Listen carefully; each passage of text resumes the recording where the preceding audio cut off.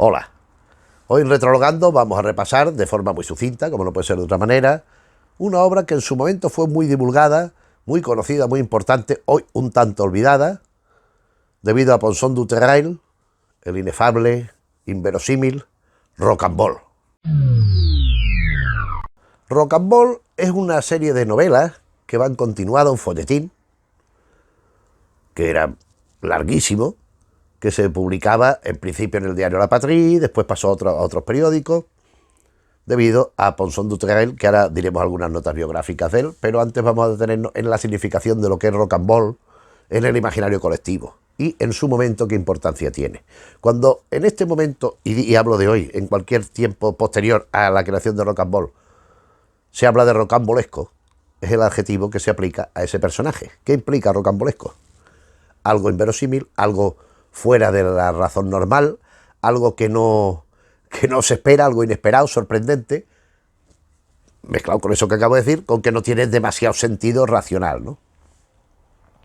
Aquí en Rocambole veremos fugas extrañas, veremos torturas incomprensibles, que la idea de una persona con la cabeza un poco mal. Vemos situaciones que se repiten una y otra vez. Por ejemplo, veremos que muchas de las personas, al principio víctimas, después protegidas o pretendidamente protegidas por Rocambole y los suyos, son personas que de forma ilegítima han sido desposeídos de una herencia que legalmente les correspondía. Eso sucede con mucha frecuencia. También, aunque Rocambole empieza siendo, ahora lo veremos, un delincuente como Vidocq, pero termina siendo un benefactor de la justicia, pero sus métodos siguen siendo los mismos criminales de cuando hacía pues sus actividades malhechoras, ¿no?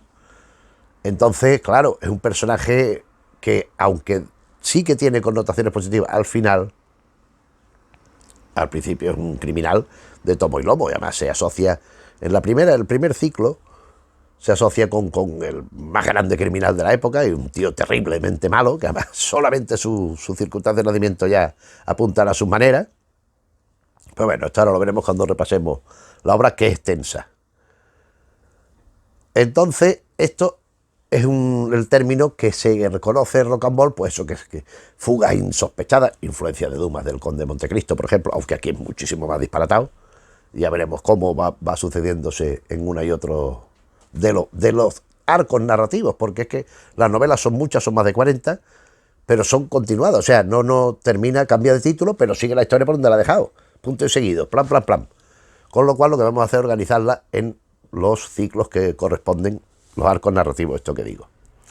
Pero también decir qué importancia tiene Rocambole en la historia de la literatura, en las letras francesas en particular.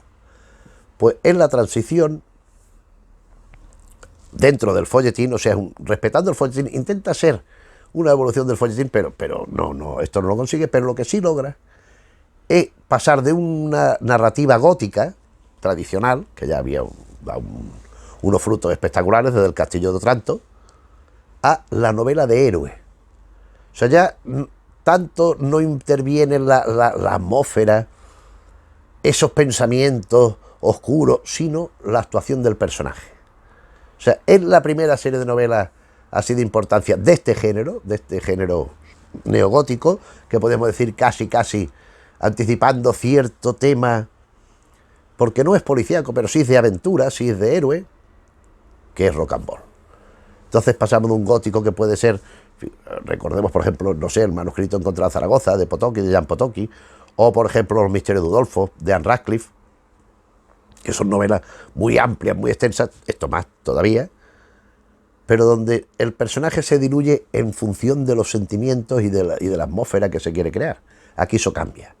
Aquí ya lo que nos interesa es la acción pura y dura, y lo que va sucediendo con los personajes, una acción trepidante, que una cosa detrás de la otra, cada cual más imponente, más inesperada y más rocambolesca que la anterior. Entonces, como digo, son muchas novelas, pero cada grupo tiene una historia que llega a una conclusión, aunque en el siguiente pues se continúa esa historia, o por lo menos se parte de la premisa de la historia que se ha acabado la anterior.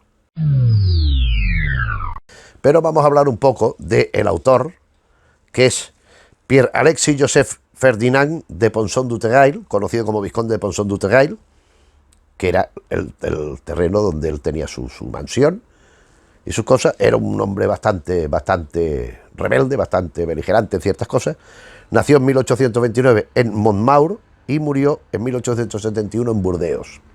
Y falleció dejando sin terminar la serie de Rocambole, que aún así es larga de narices. Pero bueno, él empezó pues cultivando una literatura gótica que publicaba en la prensa, en las publicaciones periódicas, iba inclinando la balanza hacia la personalización, la encarnación y el trato del héroe, que será lo que le hizo famoso y le hizo vivir muy bien, aparte de que no le hacía falta porque tenía la herencia y su legado, era muy importante, hasta que sucede pues lo que ahora veremos, que es la guerra franco-prusiana en 1870. Entonces él, la que concluye con la derrota de Napoleón III, y Ponsón, al estilo de su personaje, decide, pues bueno, viendo que en donde él tenía el condado, que él era vizconde, pues resulta que los alemanes pues lo invaden, se ponen allí, se instalan allí, y él decide montar un grupo de guerrillas para enfrentarse a los prusianos. Y lo consigue, con tanta suerte que los propios germanos se dan cuenta de quién es y ponen precio a su cabeza. Le queman el castillo, le queman las propiedades y él se tiene que marchar. Y se va a Burdeos. La guerra concluye y él en Burdeos se muere, pese a tener el precio puesto a su cabeza y todas las persecuciones. Él se muere de causas naturales en 1871, con 42 años. Por eso deja inconclusa la serie de Rocambole. Aparte de Rocambole, que ya es una obra extensa, aquí me he apuntado otras obras que hizo, también en general de carácter aventurero histórico. Hay algunas que ubica en tiempo bastante anterior, pero siempre centrada en un héroe y en aventuras. Entonces aquí he apuntado La juventud de Enrique IV y Aventuras de Enrique IV, que le sucedería, La justicia de los gitanos. Los gitanos es un tema también recurrente por el exotismo, por su carácter rebelde, por su no adaptación a lo impuesto. Entonces le servía mucho a los gitanos para bien y para mal. En Rocambole también aparecen gitanos. Las máscaras rojas y La viuda de Solón. Estas son algunas de las novelas que él escribió, por lo general folletines, aparte de Rocambole. Pero vamos con Rocambole, que es lo importante, que yo tengo esta edición de la novela ilustrada, son 6 tomos, que iremos sacando uno detrás del otro, viendo un poco de qué va cada ciclo. No sin antes recordar una pequeña trampa. Veremos que las novelas de Ponsón du Tegail concluyen y esta edición sigue. Saca 4 o 5 novelas más. ¿Por qué? Con el nombre de Ponsón du Tegail, aunque no eran de él. Porque esta colección la dirigía Blasco Ibáñez, era el director literario de la colección. Y cuando veía que algo funcionaba, no le dolían prenda en publicar pastiches como si fueran originales. Aquí, en cierto momento, cuando hablamos de Sherlock Holmes en un vídeo de Retrologando, presentamos también 2 novelas que publica la novela ilustrada de Blasco Ibáñez bajo el nombre de Conan Doyle y que no son de Conan Doyle. Es más, no se sabe de quién son. Creo que después se ha dicho que era de un autor alemán, no sé qué, pero la publicación, el caso del collar de la mujer, no sé qué, Arthur Conan Doyle, y aparece Sherlock Holmes y tal cual, pero no tiene nada que ver con Sherlock Holmes. Perdón, con Conan Doyle. Con Sherlock Holmes sí, porque es el protagonista, pero no son obras de Conan Doyle. Pues aquí sucede lo mismo. Aquí en el último tomo veremos que termina el ciclo de Ponsón du Tegail y siguen apareciendo historias de Rocambole. Esto es una cosa que, bueno, en la edición que como va, y así lo vamos a hacer. Los títulos de esta versión, que es la que tengo yo, no coinciden necesariamente, ni no necesariamente, no coinciden con la traducción literal del francés. Pero como yo tengo esto, pues vamos a hablar de esto y la organización no difiere de lo que es la tradicional. Si uno va a Wikipedia verá otros títulos, porque es la traducción directa del francés, y no es así. Es la edición que manejo yo, insisto. Pero vamos a ir con el primer ciclo. El primer ciclo es Los dramas de París. Los dramas de París, donde Rocambole apenas aparece como un secundario. Sí aparece, pero aparece muy jovencito, muchacho de 12 años al principio, que es el secuaz, que después pasa a ser el lugarteniente, la mano derecha del más criminal de todos. Resulta que aquí hay un individuo en la herencia de los 12 millones, que es la primera novela del ciclo. O sea, iremos viendo los distintos títulos en orden correlativo, pero yo iré, para no ir novela por novela, porque tampoco hay tanta diferenciación entre uno y otro, hablaré del ciclo y después iremos viendo los títulos que la componen cada ciclo. El primero, la herencia de los 12 millones, resulta que es que hay un individuo, coronel Armand de Kergaz, un noble de Bretaña, de la Bretaña francesa, que está casado y que tiene un hijo llamado Armand, que es un chico muy bien educado por su madre, un chico muy bueno, muy noble. Y este capitán, este coronel Armand de Kergaz, va a la guerra. 1812. A la guerra contra Rusia. En el campo de batalla es asesinado por su lugarteniente, por el capitán Felipone. El capitán Felipón mata al coronel, con lo cual deja viuda y huérfano a la esposa y al hijo del coronel. Y no tiene otra cosa mejor que hacer, sabiendo que este señor tenía mucho dinero, que ir a la Bretaña francesa, de donde era originario el coronel, a decirle a la viuda que mala suerte, que se ha muerto, que pena, a aliviarle la soledad, y termina casándose con ella. Y termina teniendo otro hijo. Todo esto ella sin saber que él ha sido el asesino de su marido. O sea, ya empiezan las cosas a ser un poco extrañas. O sea, el asesino del individuo se casa después con su mujer, del muerto, y tiene otro hijo, que en este caso se llama Andrea, y que es todo lo contrario a Armand. Armand es todo lo bueno, todo lo positivo, todo lo noble, y Andrea es todo lo negativo, todo lo malo, todo lo bajo de la sociedad.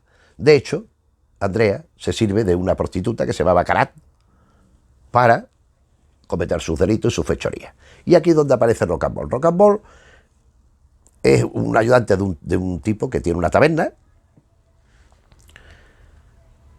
y de pronto se siente, un tipo que tiene una taberna, bastante que también comete sus delitos, pero Rocambole se siente muy atraído por cada vez más por lo criminal.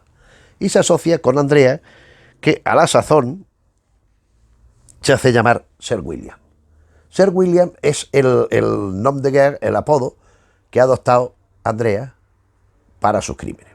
Y resulta que en este caso en particular hay una herencia, que es la herencia de 12 millones a la que alude el título, que ha dejado el barón Kermont de Quemaruet con Armand, o sea, el bueno de los dos semi-hermanos, de los dos medio hermanos. El bueno es el albacea literario, y el varón ha dejado en el testamento dicho que hay 3 parejas, que son los herederos, que cuando contraigan matrimonios correspondientes heredarán la millonada. Y Armand pues se encarga de que vaya siendo así.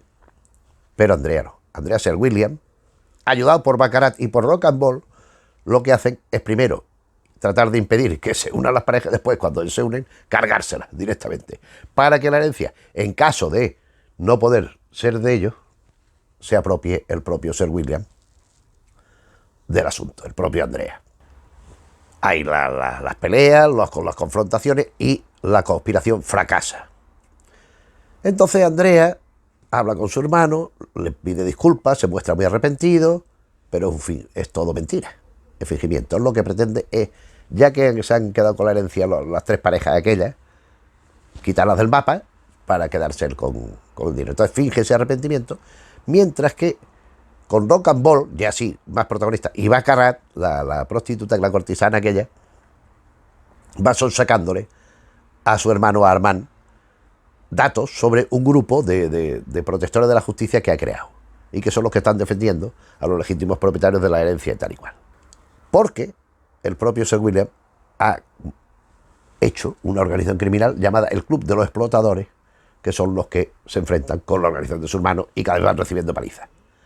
Y bueno, pues hasta aquí este primer ciclo de los dramas de París, que componen, como digo, la herencia de los 12 millones, sigue El tonel del muerto, que es la segunda, El club de los 24, que son los explotadores, esos que hemos aludido antes, La rival de Baccarat, porque aquí hay la Baccarat es una cortesana que se ha enamorado de Sir William y que después empieza a tener también atenciones hacia Rocambole, que ya no es un niño, ya es un muchacho, y va apareciendo pues otra que es una noble, condesa de Artois, que ya veremos lo que pasa con esta. Y termina con la estocada de los 100 luises, que es lo que significa es la muerte de Artov, del conde, y lo que han pagado por el asesinato. Hay la condesa y hay también unas relaciones con una gitana que aparece por allí, enamorada de él, pero en cualquier caso, con esto termina Los dramas de París. Esta será la primera entrega, todo esto, de El Rocambole. En la conclusión de la última novela de lo visto antes de Hazaña de Rocambole es Rocambole. Un joven salía de París camino de Inglaterra. Era Rocambole. Iba a Londres llevándose sus 200.000 francos y las notas de Sir William, herencia preciosa que algún día veremos fructificar en sus manos. Las notas de Sir William son planes para seguir cometiendo crímenes y para apropiarse de fortunas que no eran suyas. Pero Rocambole se va a Londres. Y viene la hazaña de Rocambole, que, bueno, pues 4 años después del final, de lo que hemos visto, Rocambole regresa de Londres. Pero regresa con otra personalidad. Ya un joven dandy que viene dispuesto a todo con tal de hacerse millonario. En el camino, porque claro, de Londres a París había que ir en barco, en el camino conoce al marqués Albert de Chamery, que en el barco sufren un naufragio y cuando los van a rescatar, porque los consiguen escaparse allí, Rocambole deja al marqués en la isla, allí atado tal y cual, y se hace pasar él. Él adopta la identidad del marqués para apropiarse, como siempre, es que era un criminal, para apropiarse de lo suyo, un antecedente evidente de Patricia Highsmith de Ripley, del primer libro de Ripley, donde este sustituye a otro por, bueno, pues previo asesinato y tal. Pues aquí no lo asesina, pero lo deja en la isla allí para que se muera. Vamos, no es para otra cosa. Y entonces Rocambole, ya en París, busca a Sir William, que ya no tiene el nombre de Andrea, ya Sir William nada más, y lo consigue encontrar, porque claro, está buscado por la ley, está oculto, pero Rocambole da con él. Y entonces empiezan a planear pues ir ascendiendo, ir cada vez haciéndose más poderoso. Y Rocambole lo que busca es casarse con una española, una noble española, un grande de España que se dice, una tal Concepción de Salandrera, que vive en París. Y esta Concepción de Salandrera está prometida con su primo, un tal José. Pero eso a Rocambole le importa muy poco. Pero lo que Rocambole no tiene presente es que también está por allí todavía la famosa condesa Artov, que tanto interés había demostrado por él. También está la gitana, pero la gitana ha quedado relegada a un segundo plano. Pero la condesa Artov es decisiva. ¿Por qué? Porque cuando Rocambole va a dar el golpe de gracia al coup de grâce, es apresado y encarcelado. Pero antes de llevarlo a la cárcel, esta condesa despechada, que incluso ha matado a su marido con, no diremos su consentimiento, pero haciendo la vista gorda, se siente traicionada por Rocambole. ¿Y qué hace? Le arroja un frasco de vitriolo, de ácido, a la cara y lo deja deformado al Rocambole. Y con toda la cara hecha polvo, lo mandan a un penal de Cádiz, a estar preso allí. Esto es las hazañas de Rocambole, que empieza con el juramento de la gitana, que esa gitana que habíamos conocido al principio. Aquí termina este primer tomo con el juramento de la gitana. Acaba aquí el primer tomo. Vamos con el segundo, que no tiene nada de particular entre uno y otro porque pone lo mismo. Pero vamos con el segundo. Las dos condesas, la española y Artov. Seguimos con el triunfo del mal. Sigue Rocambole tiene miedo, que aquí hay una muerte de unos de lo de la isla aquella famosa. Y el espectro de la guillotina es la que cierra las hazañas de Rocambole, donde antes de lo del vitriolo hay también otro personaje que decide vengarse de Rocambole denunciándolo, que es Baccarat. Baccarat, aquella prostituta que al principio le ayudaba tanto, pues se revuelve contra él, habida cuenta de sus traiciones y de que no le hace ni caso, con lo cual lo pillan, pero la condesa de paso le deja la cara hecha un higo a Rocambole. Y con esto concluye Hazañas de Rocambole, que ya digo que es la segunda entrega del personaje. Llegamos así a la tercera entrega, digamos, al tercer ciclo narrativo, que es el manuscrito de la huérfana. La huérfana es una que ha quedado huérfana porque también hay prostitución, hay adulterio y, bueno, hay hijos y espurios y cosas de estas, y hay una huérfana muy importante que quiere una herencia, que es el manuscrito de la huérfana, que es el siguiente ciclo narrativo después de la hazaña, que nos encontramos con que Rocambole aquí ya no es un delincuente, sino que pretende hacer el bien. Aquí está reformado, está en presidio, y lo que decide es hacer una organización como aquella que había hecho su medio tío al principio para enfrentarse a los delincuentes y a los criminales. Entonces crea la organización Los Caballeros del Claro de Luna, con una serie de criminales también arrepentidos, al igual que él, y que deciden hacer el bien. Resulta que hay un tal Ambrose de Montefontaine, que es otro despiadado, un tío desalmado, que ha cogido a una muchacha que al principio no sabemos el nombre quién es, que después resultará. Es que no hacer spoiler porque es que esto no se lo va a leer nadie, creo yo. O sea, para empezar que lo encuentres, porque yo nada más que conozco esta edición y ya tiene entonces 1930, por ahí una cosa así, o veintitantos. No creo que haya completa la edición, pero o sea que es que no voy a hacer spoiler, es que si no es para seguir mínimamente un poco de qué va la cosa. Hay una chica llamada Dominó, que después sabremos que está vinculada con rock and roll y es fruto de alguna de sus andanzas de estas, pues que ha tenido con una y con otra, que por parte de madre ha recibido una herencia muy importante, como siempre, estamos viendo herencia tras herencia, que la gente le daba con una facilidad pasmosa, grandes fortunas, pero este hombre que he dicho, este señor que se llama Ambroise de Montefontaine, es el que asesina a los padres de Domino, a los padres evidentemente oficiales, porque es que todo es muy truculento, todo es muy retorcido, todo es dar vueltas y sorprender con lo más insospechado. Entonces esta Dominó, cuyos padres mata a este malvado, resulta que no es hija de ellos, pero bueno, esto ya vendrá después. Y este Montefontaine ha quitado la herencia a esta muchacha, que la deja tirar a la calle. Tiene otros secuaces y bueno, hay una especie de gente exótica. Hay un personaje que tengo aquí apuntado, Grand de Sel, es un capitán de barco, pero de estos muy malvados, y otra prostituta llamada Safir, que es la que está aliada con el malvado, pero que después termina con Rocambole. Y bueno, resulta que Rocambole sí decide hacer el bien, decide ayudar a la justicia y a esta gente que está siendo despojada de sus posesiones y tal, pero para ello recurre a los mismos métodos que los criminales: torturas, asesinatos, chantajes, peleas, trampas, todo lo que pilla. Bueno, este ciclo está compuesto por Los Caballeros del Claro de Luna, La Sombra de Diana, que viene a relacionarnos Dominó con todo lo que hemos estado diciendo. Aquí termina con La Sombra de Diana, concluye el segundo tomo. Vamos con el tercero, El Pacto de las Tres Mujeres, que esto es un testamento, esto es sobre un testamento con unas cosas, con unos granos de sal muy, que parece que es algo muy enigmático, pero al final no resulta serlo tanto. Y El Hombre de las Gafas Azules, que no es otro que el propio Rocambole. Y con El Hombre de las Gafas Azules concluye el ciclo El Manuscrito de la Huérfana, que sería la macronovela donde se inscriben todas estas que hemos dicho.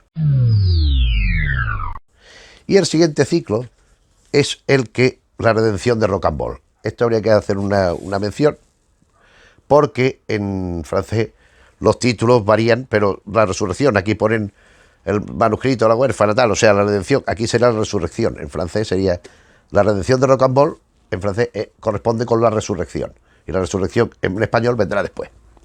Bien, en la redención de Rocambole, fundamentalmente la historia es que él está en prisión, en la prisión de Tolón, con el número 117, que es el título de la primera novela, de la primera entrega de este ciclo. Lleva 10 años en prisión y él ya está muy arrepentido de todos sus crímenes y tal y cual, y decide pues volver a hacer el bien y, como dijimos, pues reunir un grupo de antiguos criminales arrepentidos para ayudar, en este caso, a dos muchachas que también le ha pasado lo de siempre, que le están siendo acosadas y que le están robando la fortuna que ella legítimamente le corresponde.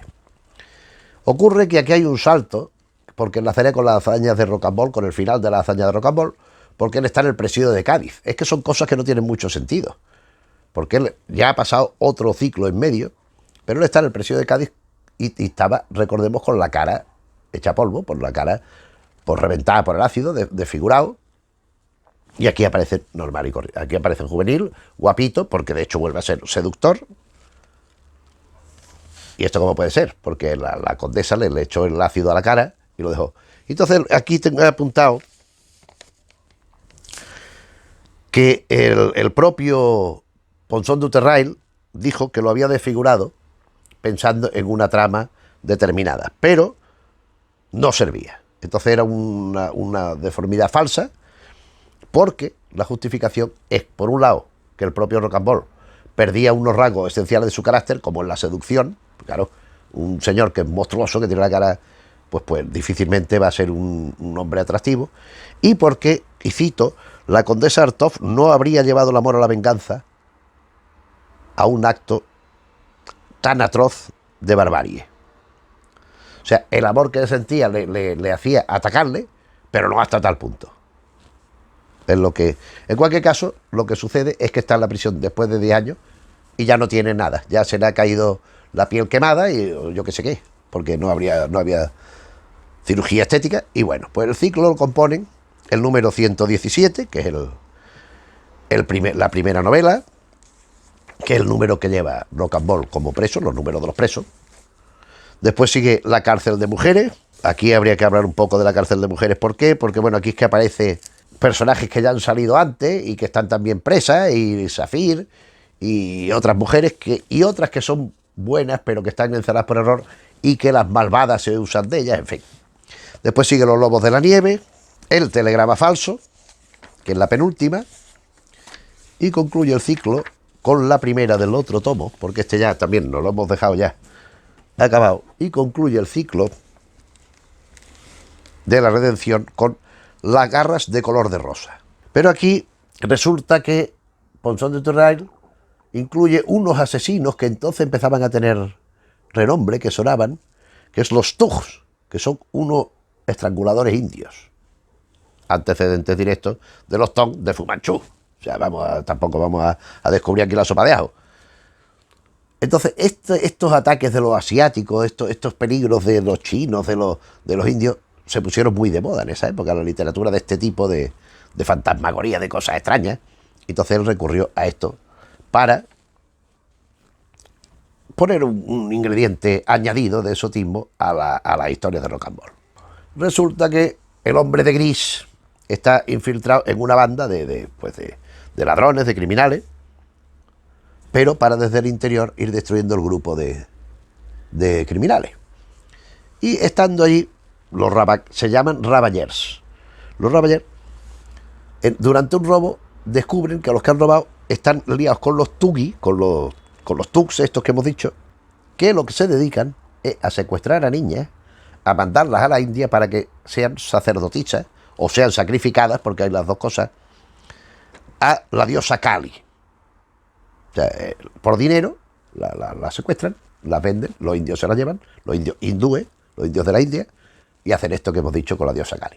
Entonces Rocambole, lógicamente, esto no puede ser, se va a Inglaterra con unos miembros de este grupo que él ha formado de antiguos criminales arrepentidos, con Milo, con Banda, que es su actual compañera, para luchar contra los Tugis, contra los Thugs, y también para proteger a una gitana llamada Anne Blessingford, que en realidad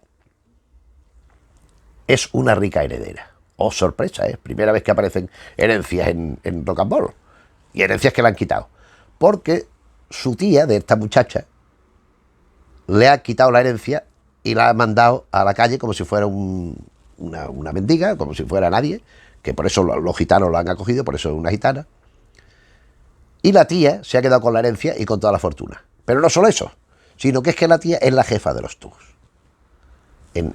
Allí es la que manda a los Thugs a uno a otro y la que va organizando todos los secuestros y los golpes para ir beneficiándose. Y ahora, como le conviene, porque además esta muchacha se puede dar cuenta de lo que ha pasado, pues si la mandan allí a la India, pues se quita el problema encima.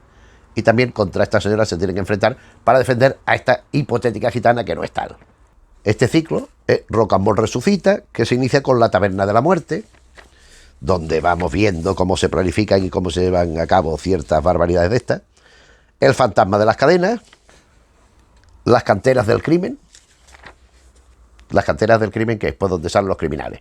La guardería del crimen, podríamos decir. O sea, ¿qué pasa? Que después tenemos El cadáver de cera. Cadáver que, como podemos suponer del título, ya no está el cadáver, sino que es un fingimiento. Y aquí este ciclo se subdivide en otro, no sé, quizá porque lo verían demasiado extenso en la traducción, y hacen los dramas de la India. Los dramas de la India, que es cuando Rocambole va a la India para defender a la gitana aquella y todo aquello que hemos dicho. En Londres ya hemos visto las confrontaciones. En Londres han mandado ya la tía malvada aquella, su sobrina, con los indios. El Rocambole ha vencido, y aquí es donde cortan un poco este ciclo, que es el Rocambole resucita, y aunque en realidad continúa el mismo ciclo, lo que hace en esta edición es partirlo en dos, desde que se va a la India, donde ya hay todo el elemento, las luchas con los Tuks, con los adoradores de Kali, todo esto, que aquí se titula Los dramas de la India. ¿Y qué se forma? La viuda de los tres maridos, las fieras de la selva, esta es de las más simpáticas, de la visión que se tenía de los animales, de los tigres, tal, que además eran muy feroces, y los elefantes, tal, pero de pronto se rendían ante el poder de Rocambole, cosas de estas. Vamos con el quinto tomo, porque con eso ya hemos terminado el cuarto. Vamos rapidito, como siempre, la novela ilustrada. Entonces aquí empezamos con El barril de pólvora, donde se cuenta pues el desenlace de las aventuras de Rocambole en la India, donde van cayendo algunos de sus amigos y aliados, donde consiguen ayudar a la muchacha aquella pseudo gitana que había sido su tía la que la había vendido y tal y cual. Vamos con el siguiente ciclo, Las miserias de Londres. Las miserias de Londres, aquí volvemos a Londres, lógicamente, o sea, ha estado en Londres, ha ido a la India, vuelve a Londres. Esto es que parece que es un ciclo, yo no sé si es que Ponson de Torrail pensaba expandir la serie con historias paralelas, o yo no sé muy bien qué, porque aquí no aparece para nada Rocambole, el nombre se menciona en algún momento, pero nosotros lectores lo asociamos inmediatamente con otro personaje un tanto enigmático, el hombre de gris. El hombre de gris, que es el que va planificando, el que va organizando, el que va haciendo, y es el paladín de la justicia, que es Rocambole. Las miserias de Londres, aquí combina el hombre de gris, no Rocambole, que no se menciona para nada, como digo, interviene con elementos de la época que eran muy llamativos, como por ejemplo los separatistas irlandeses. Irlanda se quería separar de Gran Bretaña hasta hace relativamente poco, ha sido con el IRA y todas estas cosas. Después estaban los fenianos, que eran una especie también de corriente religiosa que se oponía a la anglicana, y todos estos personajes van apareciendo como contraste a Rocambole y como elementos antagónicos con una crueldad extrema entre ellos. Resulta que el hombre de gris conoce a un sacerdote, a un cura irlandés, y junto con otro ex ladrón, un tal Smoking, descubren que hay un rico heredero al que en su momento pues se le niega todo y se le expulsa a la calle, sin nombre, sin derechos ni nada, pero hay una serie de elementos que hacen que el cura irlandés se dé cuenta de quién es y acude a Rocambole, y deciden ayudarle. Este señor es un heredero que tiene todas las de la ley para vivir muy bien, y sin embargo está viendo los barrios marginales como un mendigo. Entonces van a ayudarlo y a enfrentarse con los malvados responsables de esta situación, que son ¿quién? Pues un tal Lord Palmure y su hija Miss Helen, que son, en connivencia con un reverendo distinto. O sea, hay el sacerdote irlandés y después hay un reverendo llamado Peter Town, que es anglicano, que se ha liado con el Lord Palmure y con su hija para desposeer de todo al otro muchacho, echarlo a la calle, que además le dicen que está loco, que si las cosas que dice son disparates y tal igual, y quedarse ellos con todo, con todas las tierras, las casas, la fortuna y tal igual. ¿Qué ocurre? Lógicamente, el hombre de gris primero encuentra al heredero de verdad y termina, después de peleas, de asesinatos, de crímenes, de todo, colocar en su lugar que le corresponde a este muchacho, pues por legítima descendencia, por herencia. Pero, como para ello ha tenido que cargarse al Lord Palmure y al reverendo, lo pillan y va a la cárcel. Y también la vuelta de tuerca final es que Helen, la hija del Palmure del que ha muerto, declara al final de la última novela del ciclo que está enamorada de Rocambole. Y eso será decisivo en el próximo ciclo. Pero vamos con que Las miserias de Londres, que empieza con los tres verdugos, que es una cosa también de unos colegios. Bueno, es que son una detrás de la otra. Es una acción incesante de barbaridades y de... Son cosas, hombre, hoy a lo mejor las veríamos demasiado ingenuas, pero que en su momento funcionaban muy bien. El molino sin agua, donde aparece el niño aquel que buscan. El plan del hombre de gris, para restituir al muchacho lo que era suyo.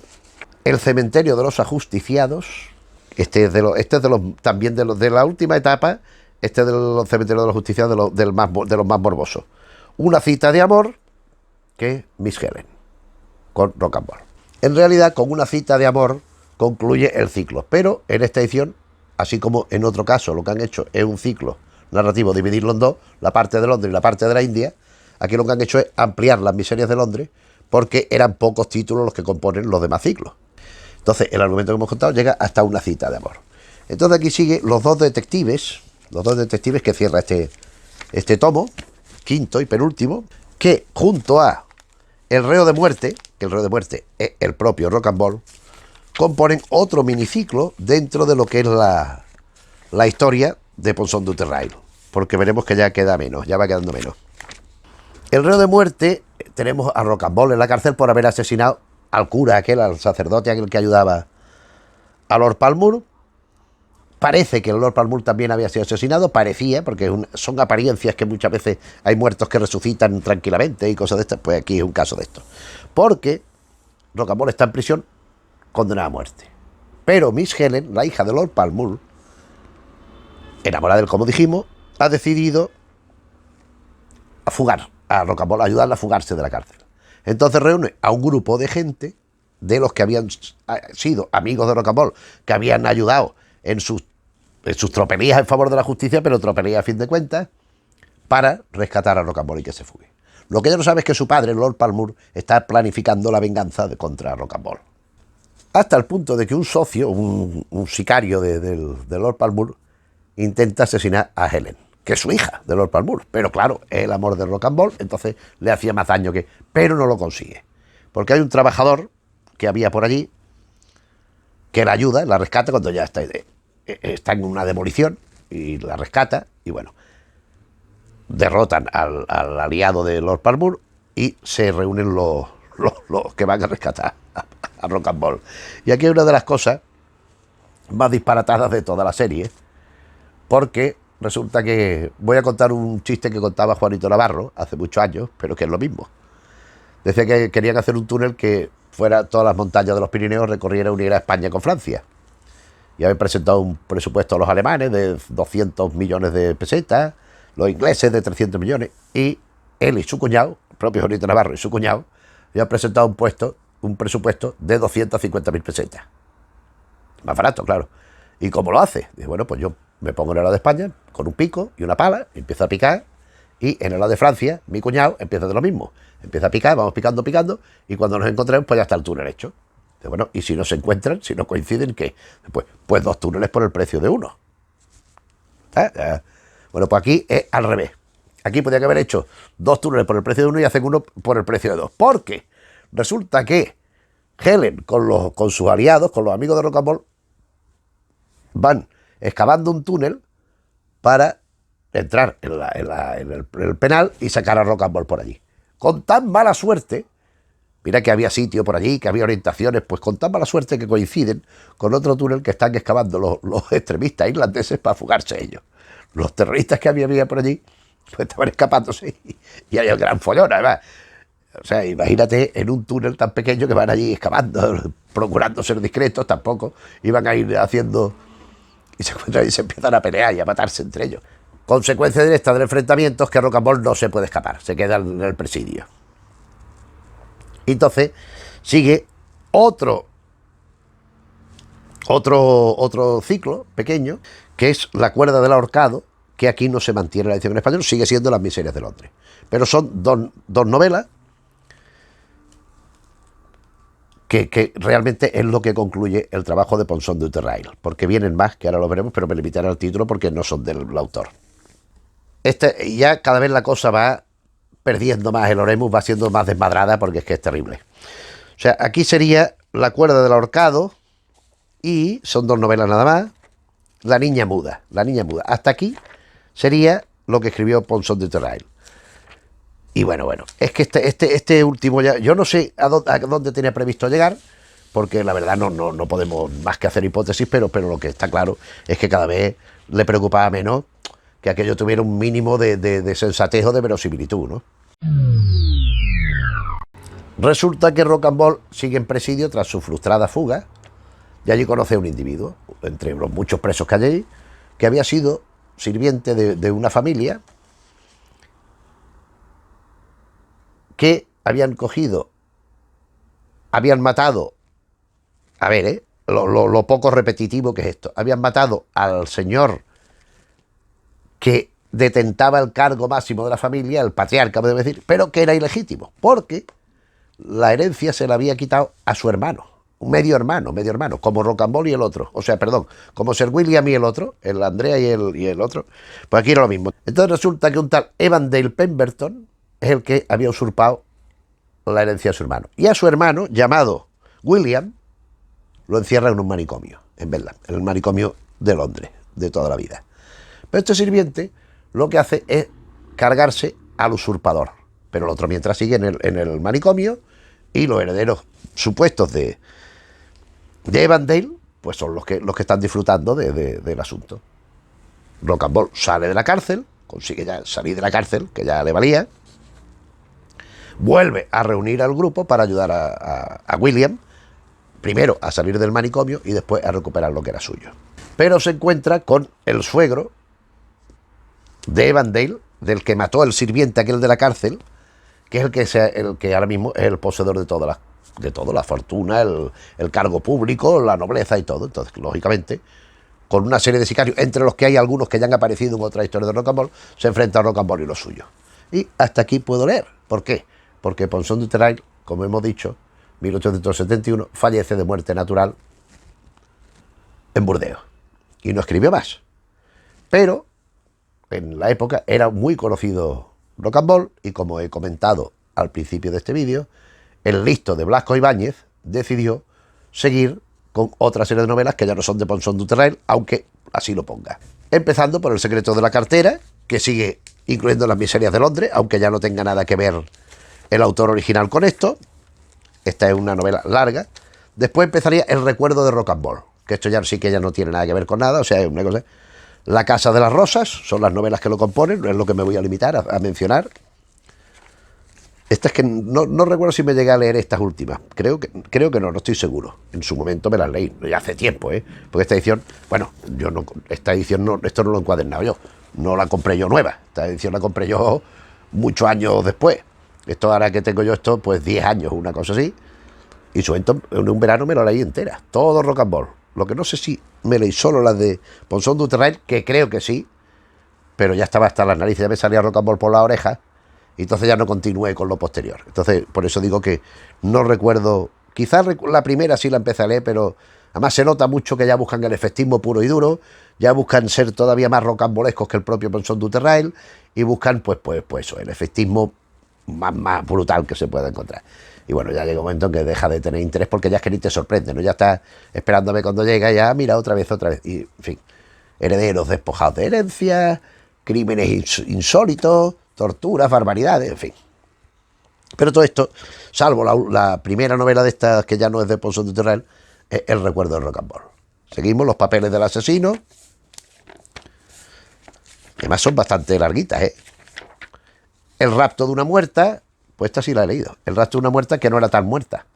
Es una que fingen, la duermen, la sedan para hacerla desaparecer y la secuestran para quitarle lo suyo.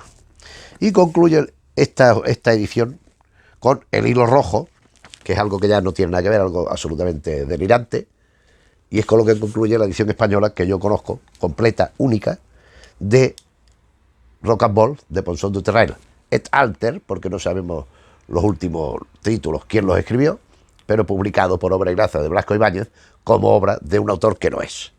En cualquier caso, esto ha sido un repasito por Rocambole.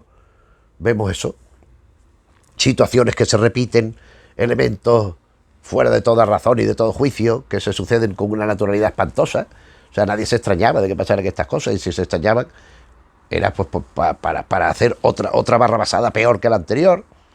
Entonces, claro, esto al público del momento pues le conmocionó muchísimo y ya digo, en su tiempo fue una obra narrativa de primerísima importancia y de los folletines más seguidos de la historia.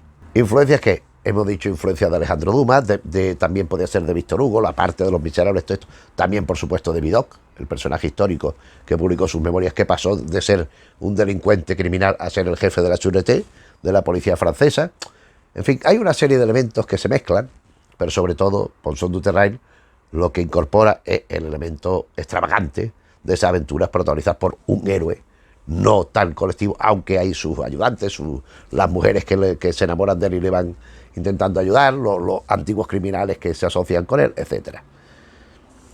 Bueno, ha generado mucho en su momento, mucha fórmula literaria que ha sido seguida por otros autores, y ya hoy Rocambole, aparte del adjetivo, yo creo que está absolutamente olvidado.